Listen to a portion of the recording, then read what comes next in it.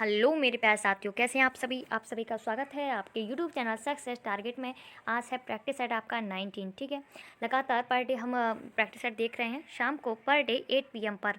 और मॉर्निंग में आपके क्या किया जा रहा है, आपके एनटीपीसी में जो क्वेश्चन पूछे गए थे 2021-2020 में, जो शिफ्टों में, ठीक है, वो सारे प्रश्न करवाए जा रहे हैं सुबह मॉर्निंग में, ठीक है। ज़्यादा प्रश्न नहीं होते हैं, 30 से ज़्यादा होते हैं, मतलब 30+ होंगे समथिंग, ठीक है। ये पर डे सुबह शाम करवाए जाते हैं और सुबह शाम को ये एनटीपीसी रिलेटेड और जो मॉर्निंग में कराए जाते हैं वो करवाए जाते हैं आपके जो एनटीपीसी में पूछे गए थे प्रश्न CBT 1 में, ठीक है। तो देखते रहिए, काफ़ी अच्छे प्रश्न है, ठीक है। तो चलते हैं, क्वेश्चन फर्स्ट है आपका। और आज मैथ की वीडियो अपलोड नहीं हो पाई थी, कोई दिक्कत नहीं है, पर आप कल अपलोड कर दी जाएगी, मॉर्निंग में लाइव चलेगी, जब प्रैक्टिस सेट करने के बाद ही लाइव कर दी जाएगी। नेक्स्ट आपका संवेग की इकाई क्या है। संवेग की इकाई है आपकी किलोग्राम मीटर पर सेकंड। क्या है, किलोग्राम मीटर पर सेकंड है संवेग की इकाई। नेक्स्ट है आपका कि हाइड्रा प्रजनन करता है, तो हाइड्रा प्रजनन करता है मुकुलन द्वारा। किसके द्वारा, मुकुलन द्वारा हाइड्रा प्रजनन करता है, ठीक है। नेक्स्ट चलते हैं हम कि CO2 में कार्बन की प्रतिशत मात्रा कितनी होती है। तो CO2 में कार्बन की प्रतिशत मात्रा होती है 27.3। कितनी होती है, 27.3 होती है, ठीक है। नेक्स्ट चलते हैं हम कि ठोस कार्बन डाइऑक्साइड को किस नाम से जाना जाता है। तो ठोस कार्बन डाइऑक्साइड को किस नाम से जाना जाता है, सूखी बर्फ के नाम से जाना जाता है, ठीक है। नेक्स्ट चलते हैं हम आगे कि सूत्री विभाजन के चरण का नाम बताइए। सूत्री विभाजन के चरण का नाम बताइए जिसके दौरान विभाजित सेल के गुणसूत्र मध्य रेखा पर स्थित होते हैं। तो आपका राइट आंसर हो जाएगा मेटाफेज। क्या हो जाएगा आपका राइट आंसर, मेटाफेज हो जाएगा इसका राइट आंसर। नेक्स्ट चलते हैं हम कि अधातु ऑक्साइड आमतौर पर होते हैं अम्लीय। अधातु ऑक्साइड आमतौर पर होते हैं अम्लीय होते हैं। नेक्स्ट आपका यदि किसी विलयन में नीला लिटमस लाल रंग में परिवर्तित हो जाता है तो pH स्तर कितना होने की संभावना होगी। तो 6 यानी 6 होने की संभावना होगी। और 6 क्या है आपका अम्लीय हो जाएगा, और 7 से ऊपर जो होता है वो आपका क्षारीय हो जाएगा, और 7 जो होगा वो न्यूट्रल यानी उदासीन हो जाएगा। आपको इसकी ट्रिक तो पता ही होगा, अनिल नाम से अनिल यानी अ से हो जाएगा आपका अम्ल, नीले को लाल में चेंज कर देता है। बाकी क्या बचा आपका क्षार बचा, क्षार लाल को नीला कर देता है, ठीक है। अनिल से याद रखिए। नेक्स्ट आपका कि किसी तने हुए रबर बैंड में किस प्रकार की ऊर्जा होती है। तो किसी तने हुए रबर बैंड में स्थितिज ऊर्जा होती है। क्या, स्थितिज ऊर्जा होती है। नेक्स्ट आपका एम्फीबिया पौधों को किस समूह में रखा गया है। एम्फीबिया पौधों को ब्रायोफाइटा समूह में रखा गया है। नेक्स्ट आपका किसी वस्तु द्वारा तय की गई दूरी शून्य है तो उस वस्तु का विस्थापन कितना होगा। तो आपका राइट आंसर हो जाएगा शून्य होगा, ठीक है। काफ़ी अच्छे प्रश्न है। नेक्स्ट आपका किसे ना तो बनाया जा सकता है और ना ही नष्ट किया जाता है, वो आपकी है ऊर्जा, यानी एनर्जी को ना ही तो बनाया जा सकता है और ना ही नष्ट किया जा सकता है। नेक्स्ट आपका हम जो भोजन ग्रहण करते हैं उससे प्राप्त हुई कुछ ऊर्जा किस रूप में संग्रहित होती है। ये ग्लाइकोजन की फॉर्म में संग्रहित हो जाती है। किसकी, ग्लाइकोजन की फॉर्म में संग्रहित हो जाती है, ठीक है। नेक्स्ट चलते हैं, इसी वजह से हम क्या फास्ट रख पाते हैं। जो ग्लूकोज होता है, ठीक है, उसमें जो ऊर्जा होती है ग्लूकोज, ठीक है, फास्ट के समय ये हमें काम देता है, ठीक है, इसलिए हम फास्ट वगैरह रख पाते हैं यानी भूखे रह पाते हैं, क्योंकि जो ग्लूकोज है वो ग्लाइकोजन की फॉर्म में चेंज हो जाता है। नेक्स्ट है आपका कि प्रोपेन का रासायनिक सूत्र क्या है। तो प्रोपेन का रासायनिक सूत्र है C3H8। क्या है, C3H8 प्रोपेन का राइट आंसर है। नेक्स्ट आपका सोडियम हाइड्रोजन कार्बोनेट के गर्म होने पर कौन सी गैस छूटती है। कार्बन डाइऑक्साइड गैस छूटती है। नेक्स्ट चलते हैं, वृषणों में से कौन सा हार्मोन स्रावित होता है। जो वृषण होता है उससे कौन सा हार्मोन स्रावित होता है, टेस्टोस्टेरोन। क्या होता है, टेस्टोस्टेरोन स्रावित होता है वृषण से। नेक्स्ट आपका कि गतिशील वस्तु की गतिज ऊर्जा किस पर निर्भर करती है। तो गतिशील वस्तु की गतिज ऊर्जा द्रव्यमान और वेग पर निर्भर करती है, वेरी इंपॉर्टेंट है। नेक्स्ट आपका आधुनिक आवर्त सारणी की तीसरी अवधि और 8वें समूह में रखी गई नोबेल गैस का नाम बताइए। तो आपका राइट आंसर हो जाएगा आर्गन, आपका राइट आंसर हो जाएगा, ठीक है। नेक्स्ट आपका कौन सा स्थायी ऊतक एक पौधों को कठोर और मजबूत बनाता है। तो ये आपका राइट आंसर हो जाएगा स्क्लेरेन कायमा। क्या हो जाएगा, स्क्लेरेन कायमा आपका राइट आंसर हो जाएगा। वीडियो को पूरा देखिए, इसकी मत कीजिए, हो सकता है आपके एग्जाम में ये पूछे जाएँ, थोड़ा हार्ड है, ठीक है। नेक्स्ट आपका किसी एकल आवृत्ति की आवाज़ को क्या कहा जाता है। किसी एकल आवृत्ति की आवाज़ को क्या कहा जाता है, टोन कहा जाता है। आपने कहा होगा लड़कों की आवाज़ भारी होती है, लड़कियों की पतली होती है, क्योंकि उनके जो वो आवृत्ति होती है लड़कों की, वो क्या होती है, फ्रीक्वेंसी कम होती है। और फ्रीक्वेंसी कम है तो तारतम्य भी कम होगा, ठीक है। और लड़कियों की फ्रीक्वेंसी क्या तेज़ होती है, ठीक है, तो फ्रीक्वेंसी तेज़ होगी तो तारतम्य भी ज़्यादा होगा। नेक्स्ट आपका कि प्रजनन के लिए फूलों में आवश्यक अंग कौन सा है।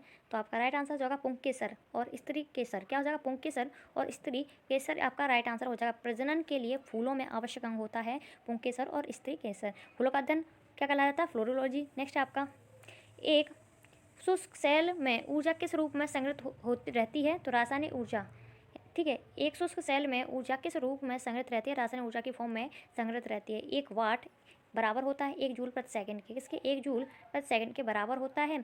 एक अश्व शक्ति बराबर होते हैं 740 वाट, यानी 1 हॉर्स पावर बराबर होते हैं 740 वाट के। नेक्स्ट आपका, तत्व को उनके परमाणु द्रव्यमान के आधार पर वर्गीकृत करने का श्रेय किसे जाता है? तत्व को उनके परमाणु द्रव्यमान के आधार पर, मास के आधार पर वर्गीकृत करने का श्रेय जाता है मेडलीफ को।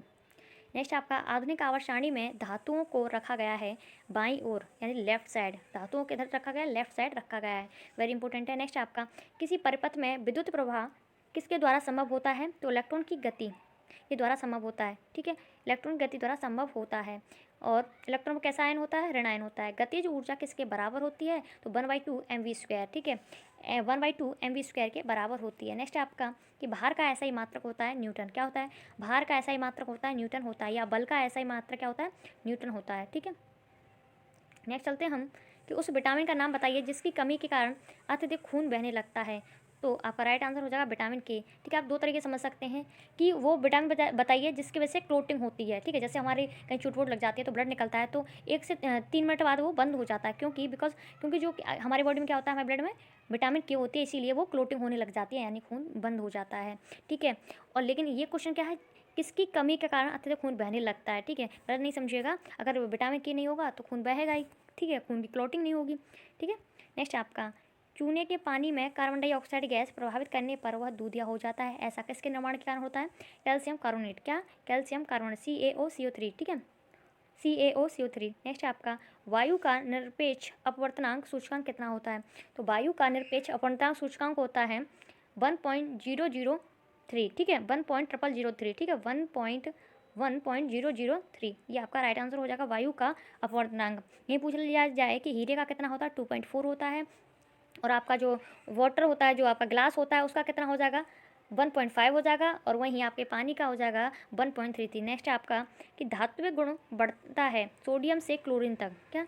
सोडियम से क्लोरीन तक धात्विक गुण बढ़ता है।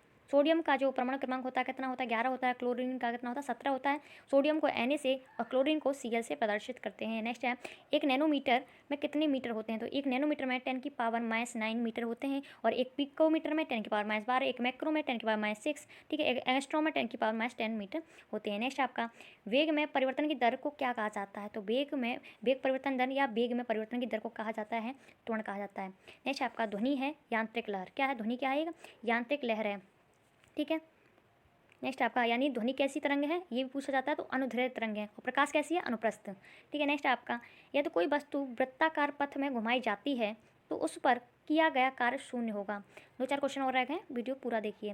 नेक्स्ट आपका, रुधिर के जमने में किस खनिज की आवश्यकता होती है? तो रुधिर के जमने में कैल्शियम खनिज की आवश्यकता होती है। कैल्शियम का होता है Ca होता है, और इसका परमाणु क्रमांक होता है 20। नेक्स्ट आपका, पौधों में बौनापन निम्नलिखित में से किसके उपचार द्वारा नियंत्रित किया जा सकता है? तो पौधों में बौनापन किसके उपचार द्वारा नियंत्रित किया जा सकता है? जिब्रेलिन अम्ल द्वारा। किसके?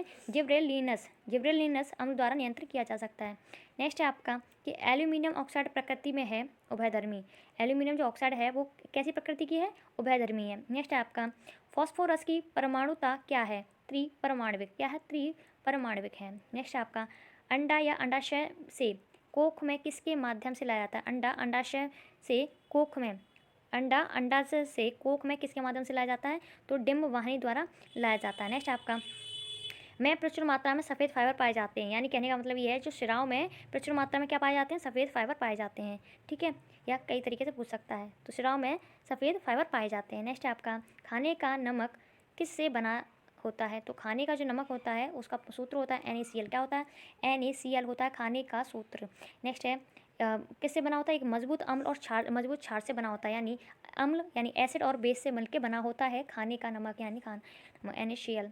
याद रखिए, सोडियम क्लोराइड। एक फूल के प्रजनन का भाग कौन सा है? पुंकेसर और कार्पल्स। क्या? कार्पल्स। एक फूल के प्रजनन का भाग कौन सा है? पुंकेसर और कार्पल्स है। थोड़ी देर पहले में पढ़ाया था, उसमें पुंकेसर और स्त्री केसर था, वो वही है, कार्पल्स इसी बोलते हैं। नेक्स्ट आपका, परमाणु संख्या वाला एक तत्व क्षारीय ऑक्साइड उत्पन्न करता है। परमाणु संख्या वाला एक तत्व क्षारीय ऑक्साइड उत्पन्न करता है 20, यानी कैल्शियम। नाइट्रोजन के किस ऑक्साइड को लाफिंग गैस के रूप में जाना जाता है? तो N2O, यानी नाइट्रस ऑक्साइड को लाफिंग गैस के रूप में जाना जाता है। ठीक है, नेक्स्ट है आपका, मानव शरीर का पीएच स्तर होता है 7.0 से 7.8 होता है। मानव शरीर का पीएच मान, ठीक है। मूत्र का कितना होता है 6 होता है, ठीक है। और समुद्र के जल का कितना होता है 8.4 होता है। वहीं आपके वर्षा का जल का होता है आपका 5.6, और नॉर्मल पानी का पूछ लिया जाए तो साधारण जल का हो जाएगा 7। नेक्स्ट आपका विद्युत प्रवाह की अंतर्राष्ट्रीय मानक इकाई है एम्पियर। क्या है? एम्पियर है विद्युत प्रवाह की अंतर्राष्ट्रीय इकाई। नेक्स्ट आपका न्यूलैंड के आवर्त वर्गीकरण में 10वां तत्व निम्नलिखित में से किसके जैसा दिखता है? जो 10वां तत्व है वो किसके जैसा दिखता है? तीसरे जैसा दिखता है। नेक्स्ट आपका आनुवांशिक सामग्री के वाहक हैं, तो आनुवांशिक सामग्री के वाहक हैं जीन।